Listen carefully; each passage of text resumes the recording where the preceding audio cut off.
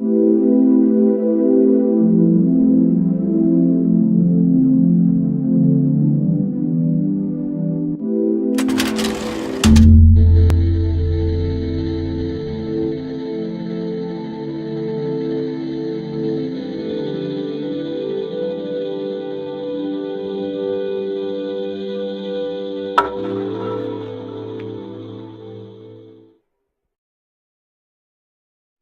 ponga en estado de detención temporal, de exposición. Bueno, en primera instancia, muchas gracias, Lucía, muchas gracias a las personas que me han precedido y sobre todo muchas gracias a las personas que organizaron este foro.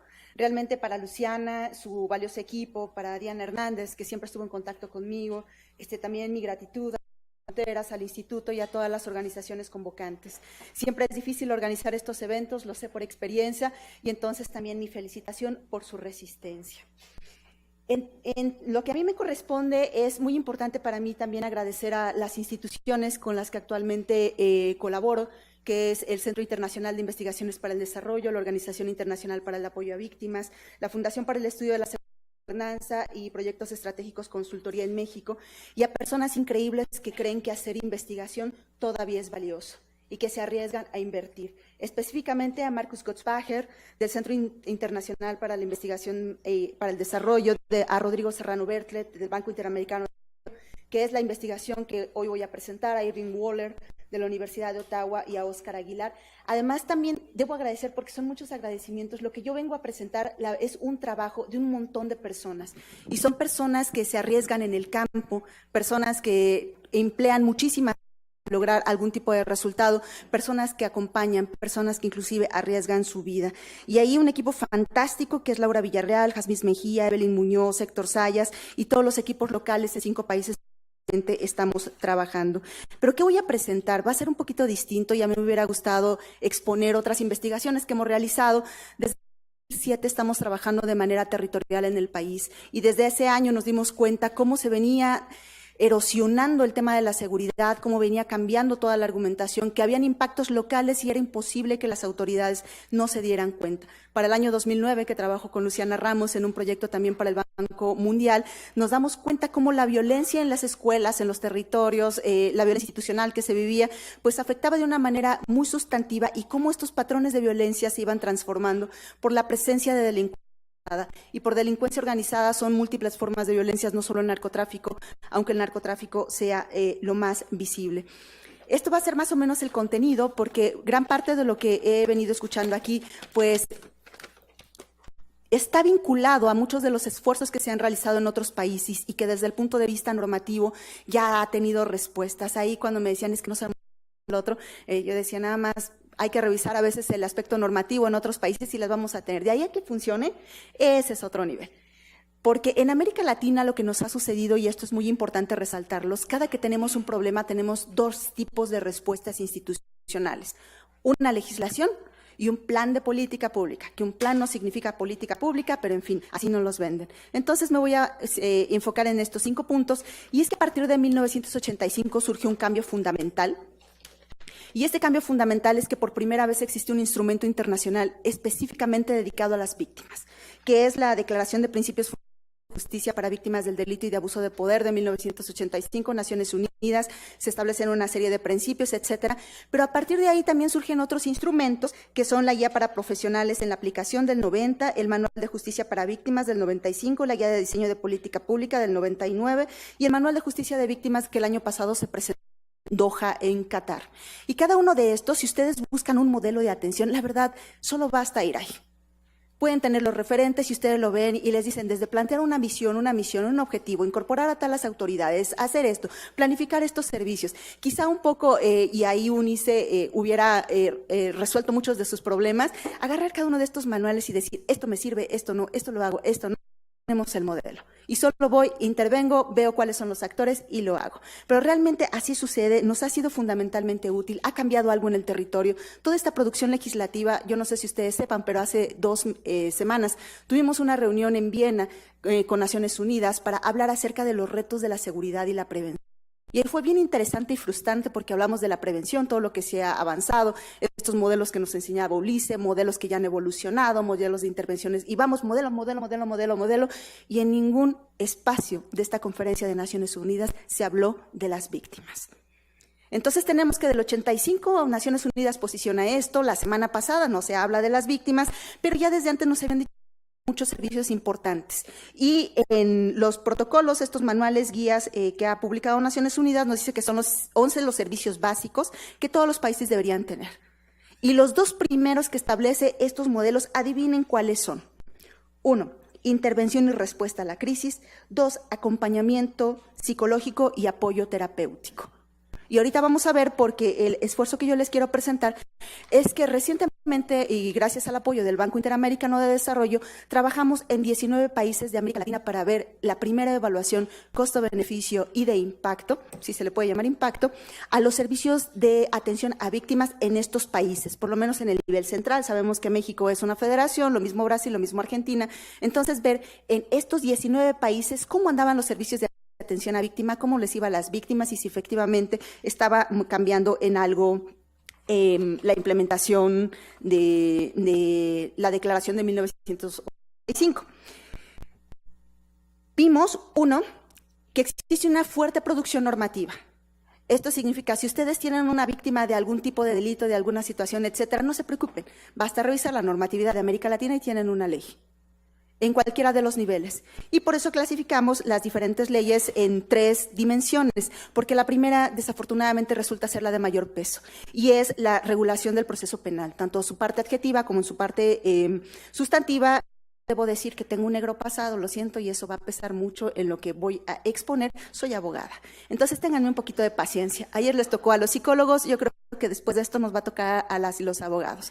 Entonces, el primero de ellos, y que es el que tiene mayor peso en América Latina, pues está en la regulación que se ha ido estableciendo. La segunda es que se han hecho leyes generales y especiales. La ley de México no es la primera. Y también tenemos leyes extraordinarias. Y es en el nivel de las leyes especiales donde nosotros generamos nuestro mayor foco de atención. Y esto fundamentalmente, ¿por qué? Cuando nosotros hablamos de política pública, por lo general estamos casi siempre en un ciclo de escándalo, respuesta, falta de legitimidad, falta de materialización de expectativas, erosión de la legitimidad, nuevo escándalo, nueva respuesta, nueva falta de erosión, bla, bla, bla, bla. Y ese es nuestro círculo de producción de políticas públicas, el escándalo, respuesta. Y es desde el nivel internacional, y afortunadamente aquí en México cada vez nos acercamos más a estos espacios, que son los espacios de intercambio de ideas y también de modelos y de sistemas de evaluación y también de seguimiento y de acompañamiento y etcétera, que es a lo que nos dedicamos. Hablamos de temas de tropicalización. Pero los que somos bien maniáticos de nuestras áreas de estudio, pues sabemos que existen ya conceptos anteriores, que es el de traducción de políticas públicas. Y aquí este es un documento establecido en 1966, nada más échense cuánto tiempo lleva, yo todavía ni nacía y la mayor parte de aquí tampoco, que nos habla, las experiencias del norte global cuando se llevan a otro lado son excepcionales, tratándose de niveles victimológicos. Ah, no, ese es de mi artículo. Pero viene más adelante. En una rápida revisión de las principales deficiencias de los sistemas, las carencias siguen siendo exactamente las mismas desde 1966. Y si vemos desde 1989, que esto es muy interesante, que cuando se realiza uno de los primeros diagnósticos sobre la Procuración de Justicia en el Distrito Federal, adivinen cuáles eran las causas porque las víctimas no se acercaban. Maltrato de los servidores públicos, este no se ha mencionado aquí. Victimización secundaria o revictimización, ese tampoco lo conocemos. Confianza en las instituciones, corrupción, impunidad, les pedían moches, exceso de tiempo, y así podemos ir enumerando todas. Y del 89, que es la primera evaluación acá, pues díganme ustedes qué ha cambiado. Entonces, tenemos desgaste institucional. El primer informe que yo conozco sobre lo que pasa con los operadores del sistema de justicia penal estaba relacionado con el burnout, y la mayoría de ellos es que ya tenían problemas de alcoholismo, no sucede en México.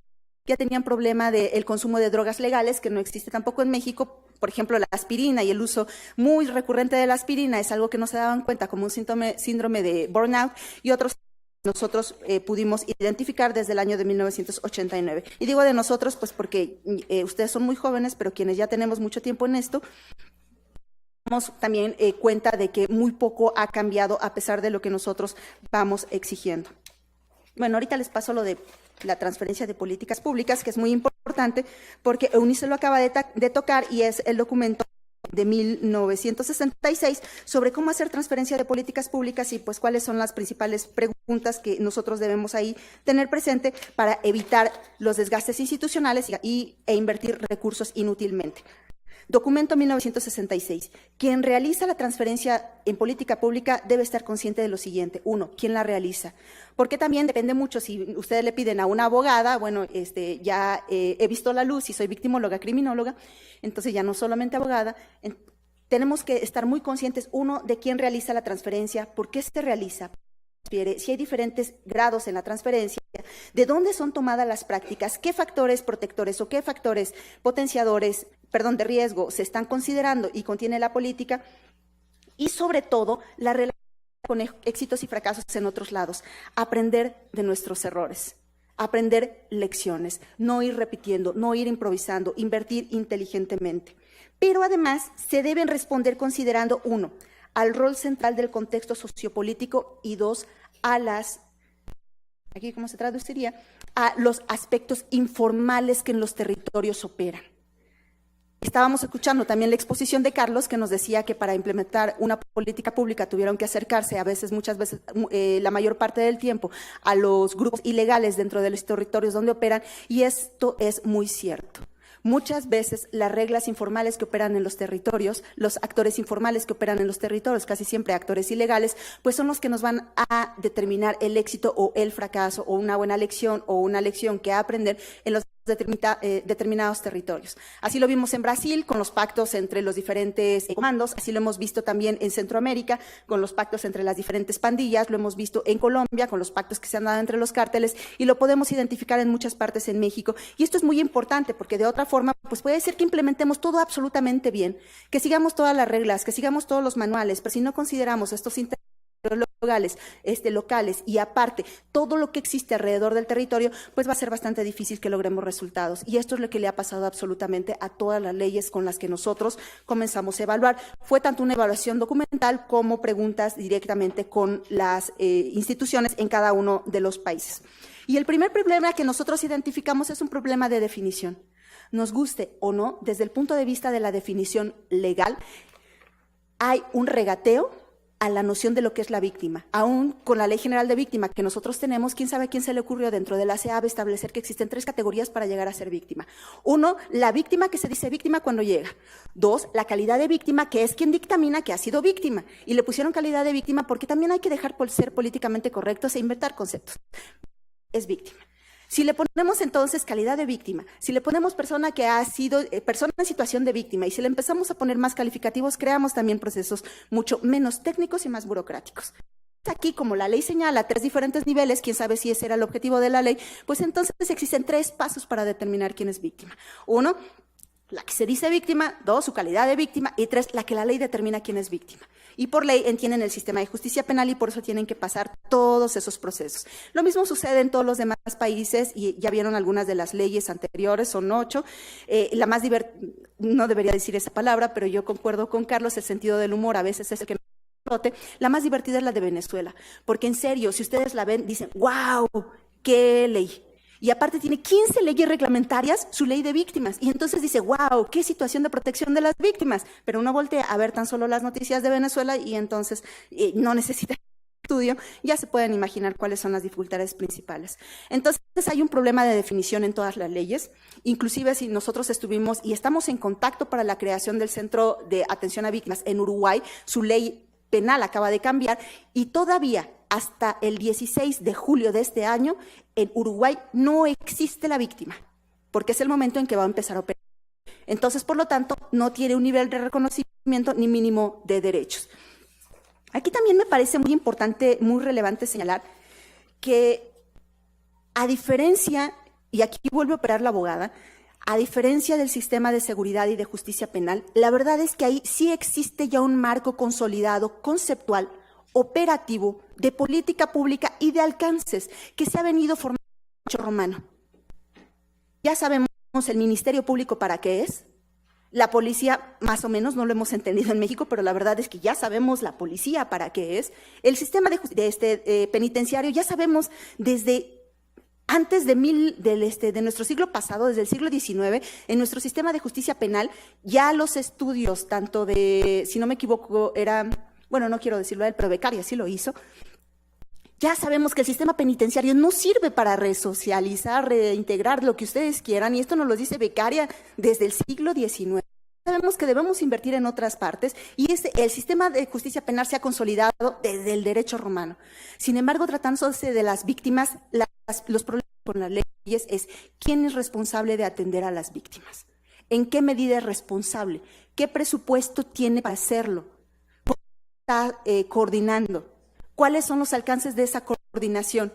Y aquí tenemos también que, ya no los había expuesto Enrique, la ley determina en mucho cuáles son, hasta dónde son, y si no establece esos límites, es como quien les dice en una fiesta, bailemos todos. ¿Quién va a salir a bailar? A veces no sale a bailar nadie. Entonces, es establecer claramente cuáles son los alcances de alguna de las autoridades, porque para ello, y esto no pasa en México, fíjense nada más, Venezuela. ¿Qué existe en Venezuela? Existe una Comisión Honoraria contra el Racismo, Comisión Nacional contra la Lucha contra la Mujer, Mesa Interinstitucional de Prevención de la Trata, Comisión Nacional de la Mujer, Consejo Federal de la Lucha contra la Trata, Protección de Asistencia a Víctimas, Comisión Intersecretarial, Comisión Multisecretarial, bla, bla, bla, bla, bla. Y tenemos comisiones y comisiones. De las evaluaciones que se han hecho, adivinen cuántas nos dicen que han funcionado. Ninguna. Absolutamente ninguna. Y seguimos repitiendo que queremos comisiones.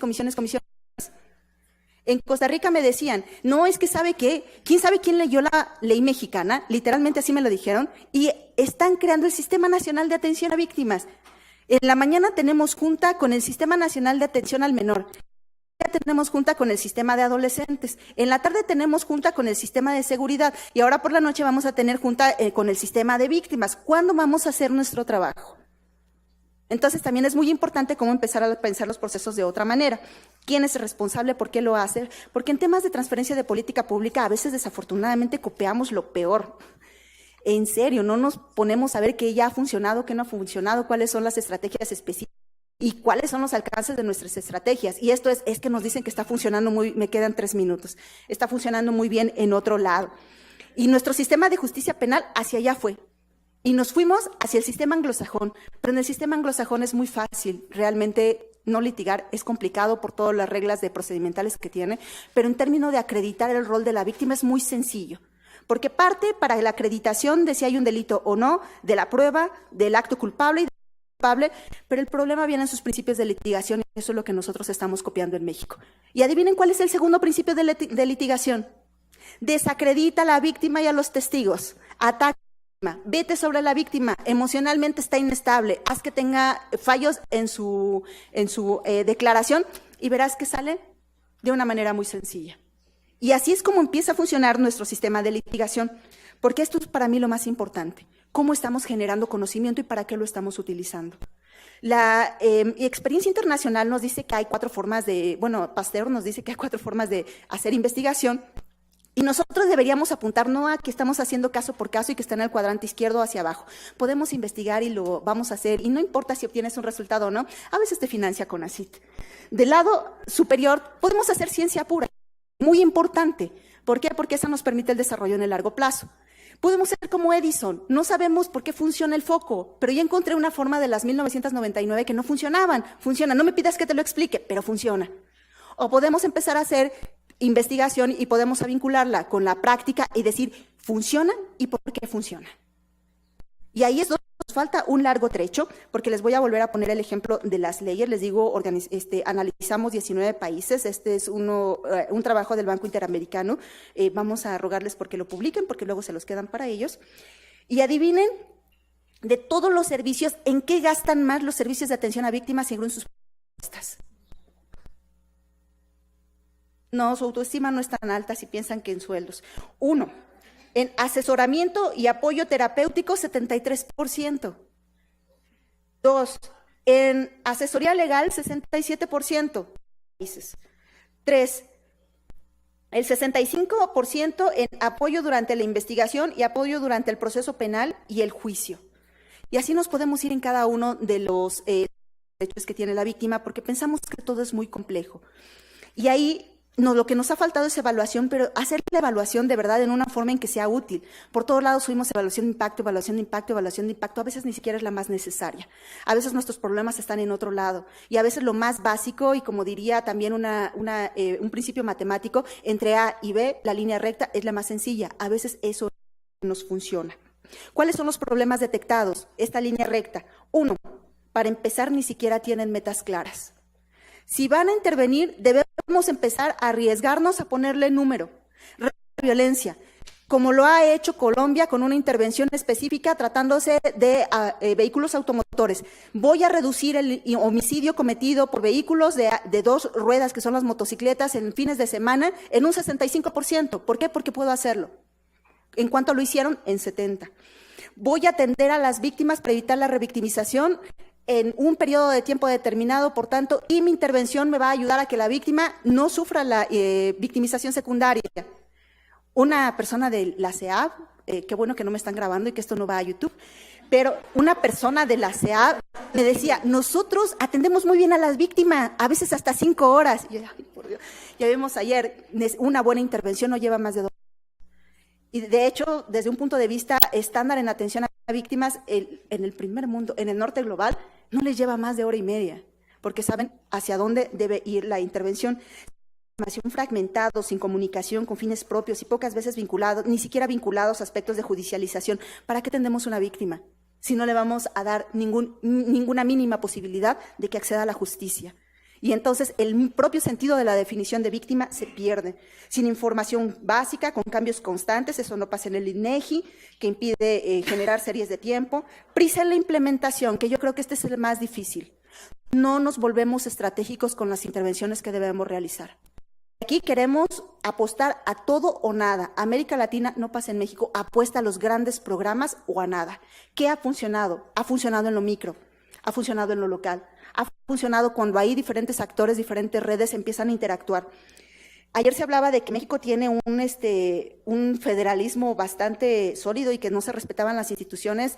Les va a volver a salir la abogada. La verdad es que sí existen los mecanismos, pero como existe un contexto generalizado de impunidad, simple y sencillamente no lo hacen por hacerlo, porque no va a existir ninguna sanción, porque ninguna repercusión respecto de la actuación que están realizando.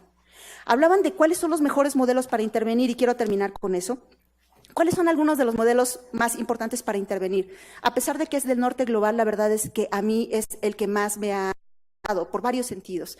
Échenle una revisadita al documento que se llama Going to Court del Reino Unido.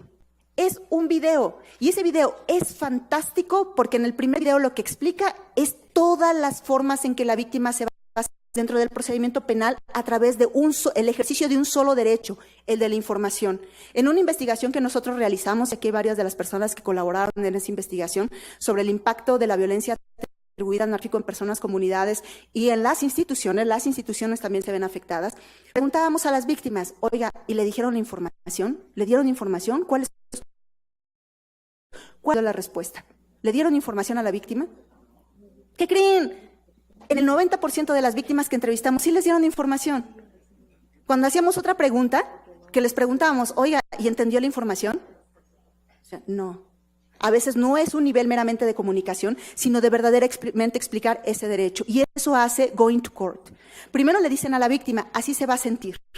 Se va a sentir enojado, se va a sentir frustrado, posiblemente la trataron mal, va a sentir que el mundo no lo comprende, posiblemente mentales. ¿Quién le dice a la víctima que va a tener lagunas mentales? Cuando lo que importa es una declaración, cuando lo que importa es pensar que se me está venciendo el término de 48 horas como persecutor si tengo un detenido, cuando lo que me importa realmente es pasar al siguiente caso de la cantidad de trabajo que tengo. Ahí le van a decir cómo se siente. Usted se va a sentir inclusive enojado. Tiene derecho a sentirse mal, tiene derecho a estar enojado, tiene derecho a estar frustrado, pero ¿qué cree? Va a entrar al sistema de justicia penal y adivine, se va a sentir peor. Porque el sistema de justicia penal tiene todos estos pasos y les empiezan a explicar cada uno de los pasos. ¿Quién le dice a la víctima que el sistema de justicia la va a revictimizar? que va a sentirse muchas veces desvalida, pero que existen una serie de instituciones que lo pueden hacer. Con este video, porque yo fui víctima en el Reino Unido y entonces por eso lo conocí, porque me lo dieron, me dice, víctima de robo, y me dan ese video. Y así hay muchas prácticas en el nivel regional que lo podemos hacer. Víctimas de violencia sexual, no pensemos en las grandes alertas, vamos tan solo con el Rape Kit de Estados Unidos. Víctimas de desaparición, pensemos en Colombia. Víctimas también, registros de desaparición, Colombia, Perú y Argentina ya lo tienen. Y sucesivamente pueden encontrar más ejemplos y lo siento, me excedí. Gracias.